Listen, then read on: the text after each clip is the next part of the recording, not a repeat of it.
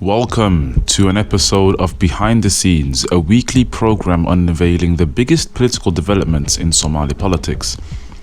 I'm Sultan Mohammed, your host and co-producer here on Wararka Media alongside Suleiman Hashi on this week's program. The administration in northern region of Somaliland has been for decades now requesting an end to its inclusion to a Somali state that was established nearly 62 years ago. Despite relative peace and stability for years, the Somaliland administration has found it profoundly difficult to gain much support for its ambitions. How has the Somaliland predicament arisen, and what are some of the major reasons as to why the question of Somaliland continues to grip the Somali people? This is the topic on the program this evening. We hope you find this program very informative. Please like, share, and for similar content, do subscribe to Wararka Media. Also, do follow myself, Sultan Mohammed, Suleiman Hashi, Engineer Yasin, and the wider Wararka Media team on our social media platforms, which should appear on the screen right now or any moment now. Let's get straight into it. To understand the current issue facing the Somaliland region and how the question of separation arose, one has to go back over a century to 1884. During a cold winter morning in the capital of the then Imperial German Empire, Berlin, European nations sat down for the first time to discuss how they could divide Africa equally to ensure that there was no more conflict of interest. European nations have been squandering and fighting over influence in the resource-rich continent to fuel their economies and giant armies. The scramble for Africa saw the entire continent colonized aside from Ethiopia, which remained independent despite continuous attempts by the Italian Empire to expand in the late 1880s. The Ethiopian army inflicted heavy and embarrassing defeats on the Italian Empire and eventually would see itself remain independent for the rest of this period. Unfortunately, the Somali lands in the Horn of Africa were no exception to this cruel enforcement of colonialization. Prior to colonialization, the modern state of what we know as Somalia today had been through various historical phases, ranging from the Ajuran Empire to Adel Sultanate, that heavily influenced the region throughout the Middle Ages. It was the British that were the first European empire that would first step foot in the Somali lands in 1884, followed by the Italians in 1889. The United Kingdom signed agreements with various Somali clans in the north, which would eventually establish a protectorate to be known infamously as British Somaliland. Under this arrangement, the British administrated British Somaliland from the British India, or the British Raj, until 1898, before the administration was transferred to the Colonial Office, post-1905. For the British, there wasn't not much interest in the northern Somaliland. Northern Somalia at the time was quite barren, and there wasn't much infrastructure at all. The British, in fact, nicknamed the region Aden's Butcher's Shop because the British used northern Somalia as a source for supplies of meat for its troops in the colony of Yemen that it had at the time. Development was not extended beyond the coastal regions as we've seen in Italian Somaliland, and this is because the British weren't heavily intervening within the Somaliland region, and it was there solely to benefit of moving supplies out of Somaliland to Yemen and beyond for its interests in its wars and colonial ambitions across the globe. By 1900, the northern Somali region would witness one of the most effective anti-colonial wars led by the father of modern Somalia, Sayyid Muhammad Abdullah Hassan, as he established a dervish state with a capital in Ail before shifting to Taleh in 1920. Now, this has divided many in Somali northern regions, and it has so for a century. Internal divisions between Somalis would see the British utilize these tribal animosities to divide and conquer the Somalis that resided in this colony. Raids between the Dervish and other tribes resulted in the Hagogene raid, which would result in the ultimate defeat of the Dervish by an amalgamation of Somali clans from Togdere region led by Haji Muhammad Bulale. Now, those differences in opinion still exist within the northern regions today. For example, some intellects in Hargeisa and Bur'o consider the role of the dervish as over-exaggerated, and it shouldn't, according to them, warrant the level of significance and value placed upon them by other Somali scholars.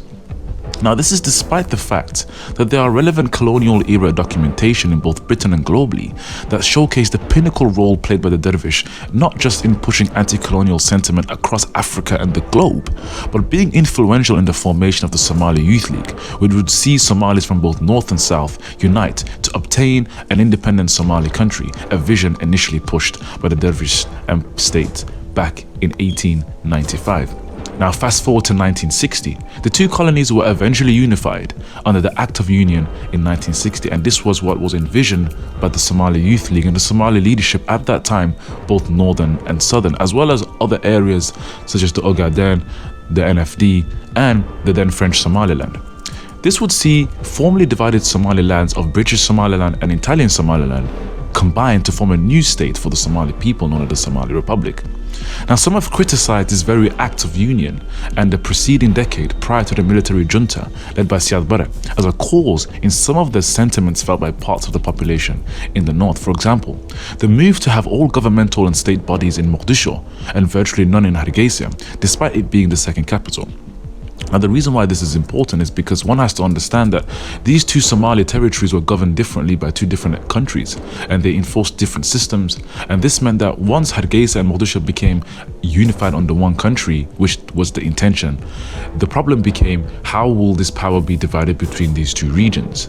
Ultimately, power was shifted in all forms to Mogadishu, and this would leave Hargeisa neglected. And this adds on to the second point I want to make, and this is the lack of investment in the north during the post-colonial era.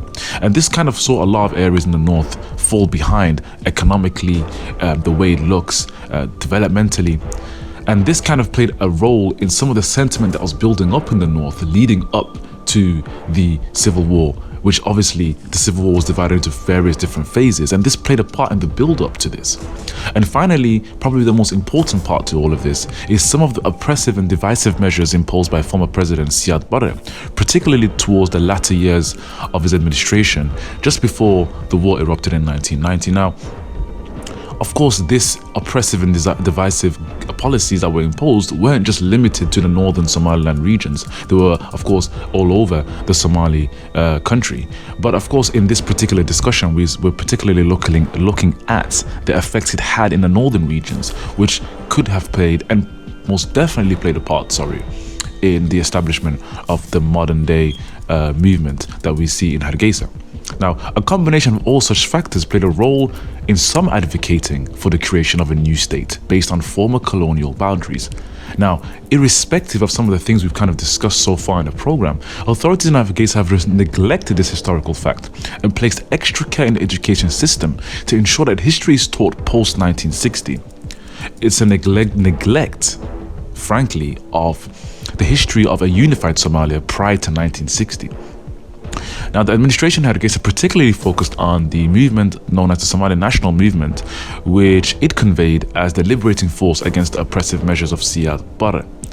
Now, conversely, many in the Awdal region and the Sool, Sanaag and Ain regions have expressed disagreement with such conclusions. For instance, those in Sool, Sanaag and Ain region have consistently pushed against calls by the administration in Hargeisa to join an independent Somaliland state and have rather opted for a unified Somalia. Similarly, many in Awdal have expressed discontent with the idea of Somaliland becoming a full-fledged independent state and separate from the Somali nation. It is this lack of unity among different communities in the region that have prevented Somaliland itself from gaining a unified approach to what it wants in the future. Somaliland itself is confused as to what it wants. Some parts of Somaliland wants a unified Somalia. Some parts of Somaliland wants an independent Somaliland. So the question then becomes, what is the way forward? What is the unified approach? And this has become in itself an inhibition for Somaliland. Since 2011, for example, the Somali administration has neglected Sool, Sanaag and Ain regions, with many intellects and elders from the region showing discontent with this predicament. For instance, many of the monies being sent to Hargeisa from international partners, whether it's the UN, whether it's the UK, a lot of that money has been alleged to not be delivered to those regions.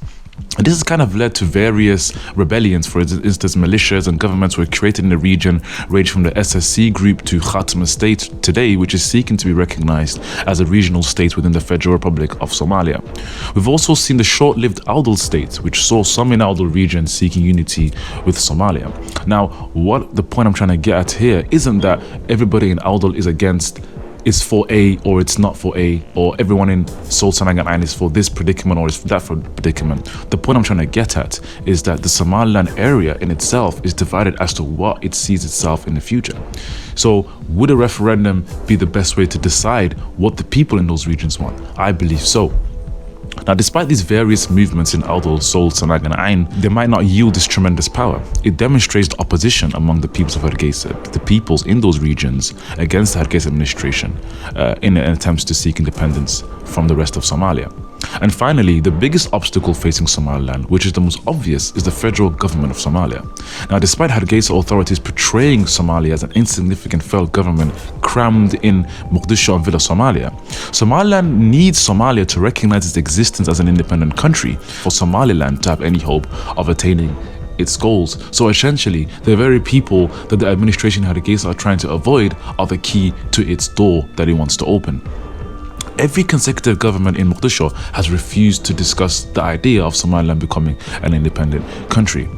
The reality is that it doesn't matter what country or people Somalis go to for help and seek guidance on how to resolve their differences. Nothing will be resolved until Somalis come together and discuss an avenue forward. It's clear that the wounds of 1991, while many are trying to sweep them under the rug, have not faded away.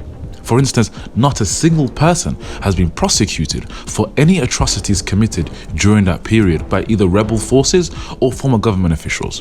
No apology, no official apology has been fully given by those who have failed Somalia, from tribal elders at that time to military leaders to government officials who were bestowed upon them a duty to serve the citizens that elected them or selected them into office that they're holding. For Somaliland and Somalia as a people to move forward, there needs to be discussions. Whether people in Hargeisa want independence, whether they don't want independence, it's not the point of the discussion right now. The point of the discussion is how can Somalis put to rest and put to bed the animosities that clearly still exist in the underlying tensions between many people within not just the Somaliland region, but also in the wider Somalia as a nation and as a whole. For the question of Somalis to move forward, the wounds of 1991 need to be healed. And the first question is, how can those wounds be healed? The answer to that is the first step, which is dialogue.